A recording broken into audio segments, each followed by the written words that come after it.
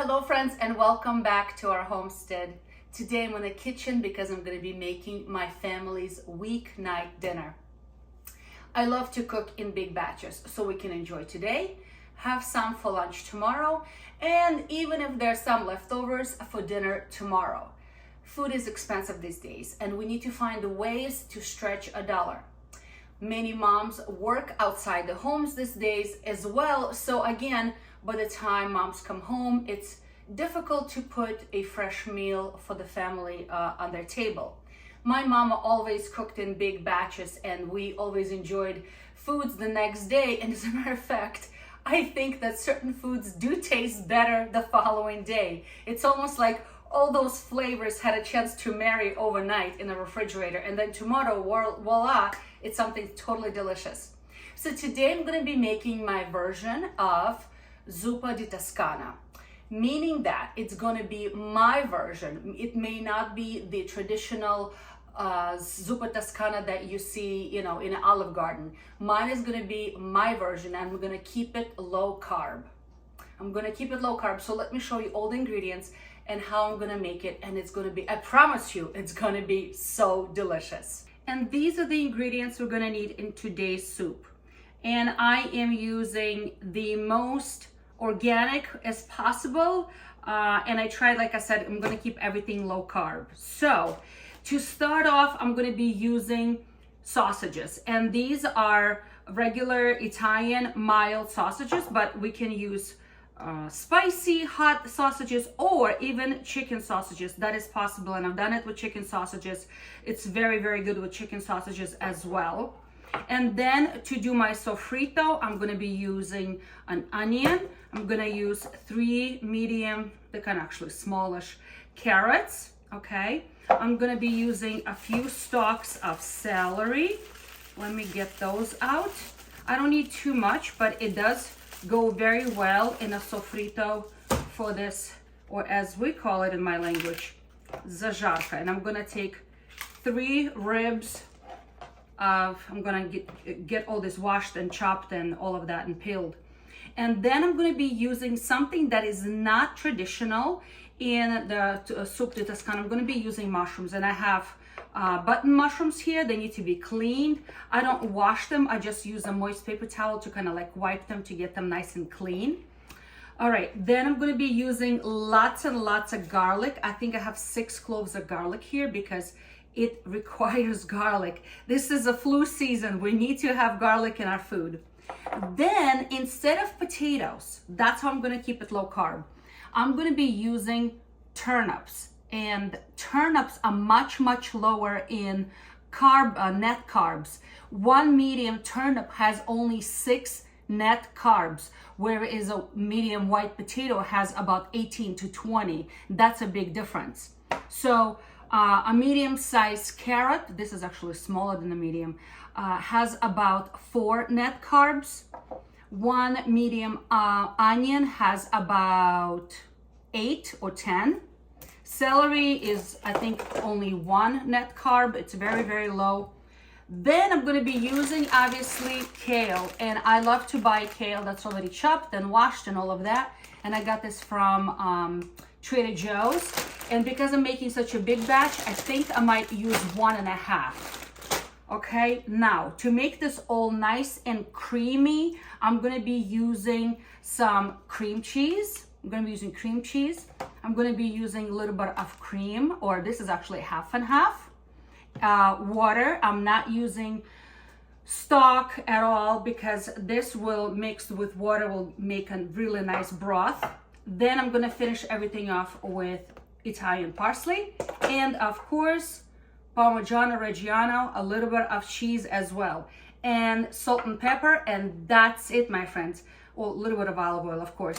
This is what's gonna go in my soup. And like I said, because I'm making a big meal, this is why I have such a big quantity of ingredients, because it's gonna be 1 big batch of soup. So I'll have it for today and for tomorrow.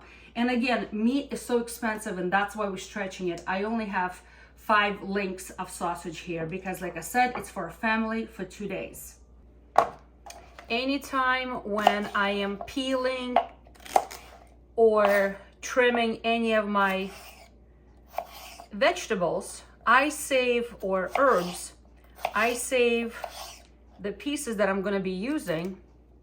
I'm saving them for in a bag, in a freezer bag, and that's where it's going to go in my stock when I'm going to make broth. So I'm just chopping up my vegetables for sofrito. All right, so this is my celery, and I'll do the same thing with onion and with carrots. Again, peeling carrots, I don't throw away the peels. Either I give them to the chickens because the chickens love them, okay? And I have a little chicken bucket, or it's clean, it's washed, and now we can just go ahead and peel right into my Ziploc bag that's gonna go in a freezer, and it's gonna keep adding to it until it's full. And then next time when I'm making any meat broth or vegetable broth, it goes in a pot with water, and we got ourselves a wonderful addition with all the minerals and vitamins that are in the skins of the vegetables. So I never throw it away. Same thing I'm gonna do with the onion peels. Same thing, the peels do not go in the trash. They go into my freezer bag for the stock. All right, just like this. Let's chop up all of the vegetables and get them ready for sofrito. It doesn't have to be perfect because as they're cooking, they're gonna cook down, but nobody wants to eat a gigantic piece of onion. So that definitely has to be small and pleasant. Nobody wants to bite into a big chunk of onion. All right. I do not put garlic into my sofrito like other people do. I prefer to add garlic at the end once the heat is already off, because I find that adding garlic later saves the natural properties of garlic that has a medicinal property, and that is the allicin, the active ingredient of garlic that has antibacterial, antiviral, antiparasitic, yes, even antiparasitic properties, okay? So let me just chop this all up. So everything is manageable pieces, and we're gonna start cooking everything up. I love to make one pot meals. I think, you know, we need to go back to those days when we made one pot meals. All right. Growing up, we didn't have, you know, a choice between 6 kids. And can you imagine if each child said, Mom, I want this. The other one says, no, I don't like this. I want this. Nope. Everybody ate the same thing that Mama cooked, and everyone enjoyed it.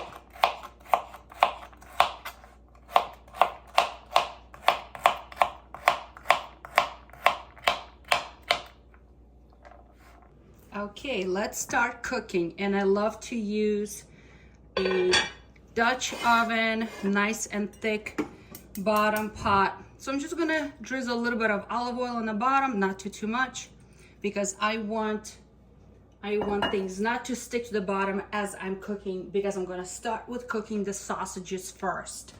And if you have not seen me use this little gadget, this is a cool, fun little gadget I got on Amazon. And if you guys are interested, I can leave a link for you. Because when I'm breaking down sausage or ground meat, this is fantastic. I absolutely love it. So I highly recommend it. It's very easy to wash, and it's so cool to use. All right, so let's start by cooking the sausages. And I've removed the casings. Let's dump them in here. And I'm gonna start breaking them up, and they're gonna start browning in here.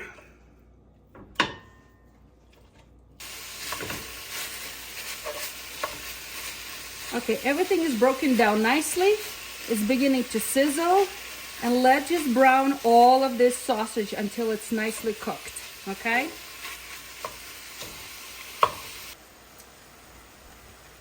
Okay, the sausage is nicely browning. And to this, I'm gonna go ahead and add all of these beautiful vegetables, my sofrito, or as we call it, zajarka. And it's gonna start cooking together until everything is nice and soft. Okay, and I'm gonna start working. Let this all cook. I'm gonna keep it uncovered because I want it to brown a little bit. So let this cook. Heat is nice and medium high.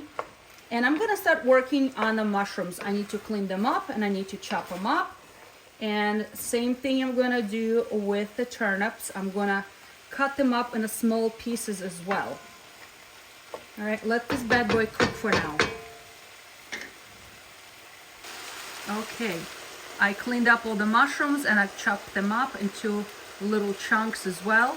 And this is gonna add a good nutrition to our soup, but also it's gonna thicken it up a little bit because there's no potatoes, and potatoes are what is starchy. Okay, so that's why I like to add mushrooms, because mushrooms will add that little thickness to the soup. Okay, so let's just that begin to cook together as well until the mushrooms start getting a little softer as well.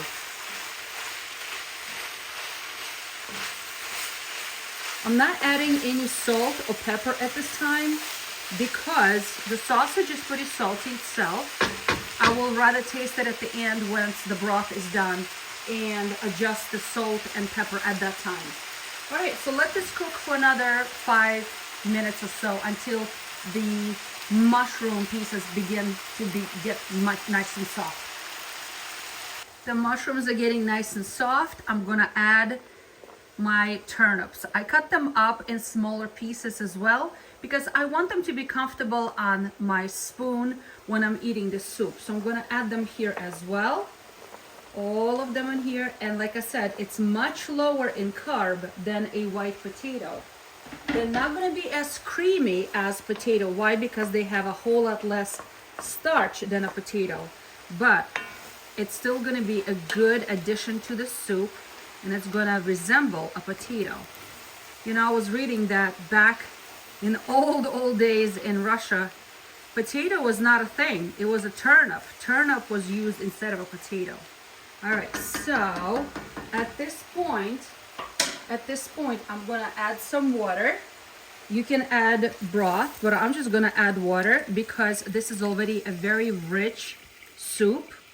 I'm gonna add a lot of water because I want this to be a lot of soup, okay?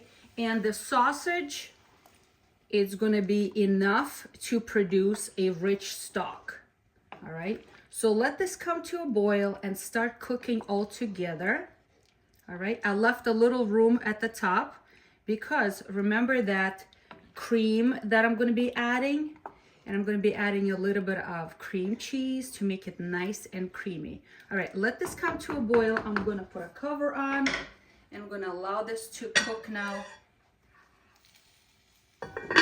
Rest up.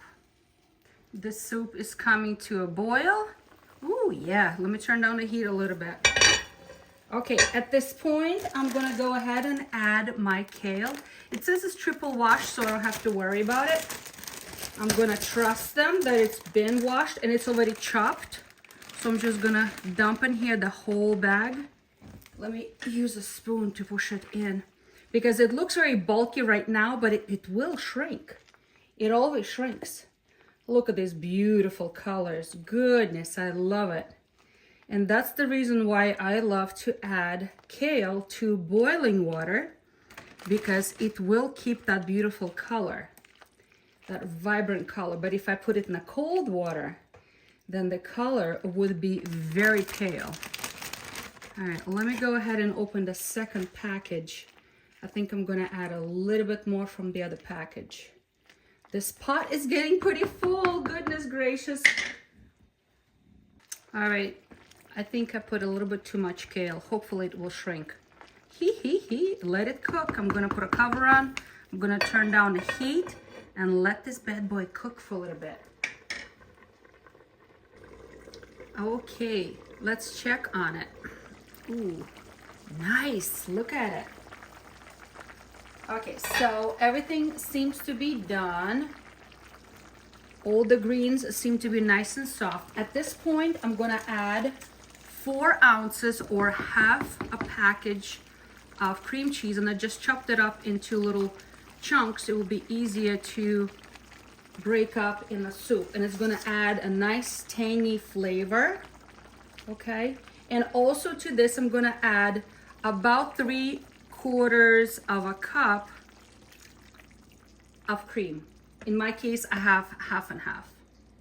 And let this all come back to a boil. All the flavors marry together. It's going to be nice and creamy soup. And then we're going to finish with little salt, little pepper, with garlic and parsley. And then of course, we're not going to forget the Parmesan Reggiano cheese. Okay, let this all come back to a boil. Look how beautiful. Very hearty, very, very beautiful soup. It's gonna be perfect for a weeknight dinner. And then you can serve this with some bread or without bread. If you're keeping it low carb, look at it, it's beautiful. Okay, a little salt. We'll taste it to make sure it's seasoned properly. A little pepper.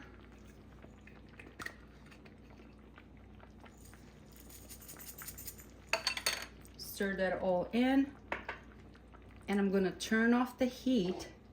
So now I can go ahead and add the garlic. I have 6 cloves of garlic here. It's gonna be distributed through all of this pot. It's a big pot of soup here. And I'm gonna finish up with parsley. That's it, my friends. Soup is done. Beautiful. Let it cool off a little bit, and I'm gonna give it a taste. Okay, let's just add a little bit of cheese in here. That should be to taste. Look how creamy it is. Beautiful colors. Everything looks so fresh. Let's give it a taste. Let's give it a taste. It's still super hot.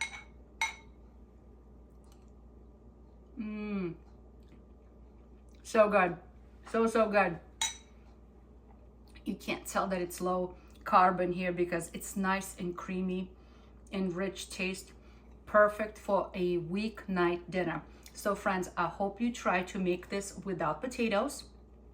Follow my substitutions. So be encouraged and try something new.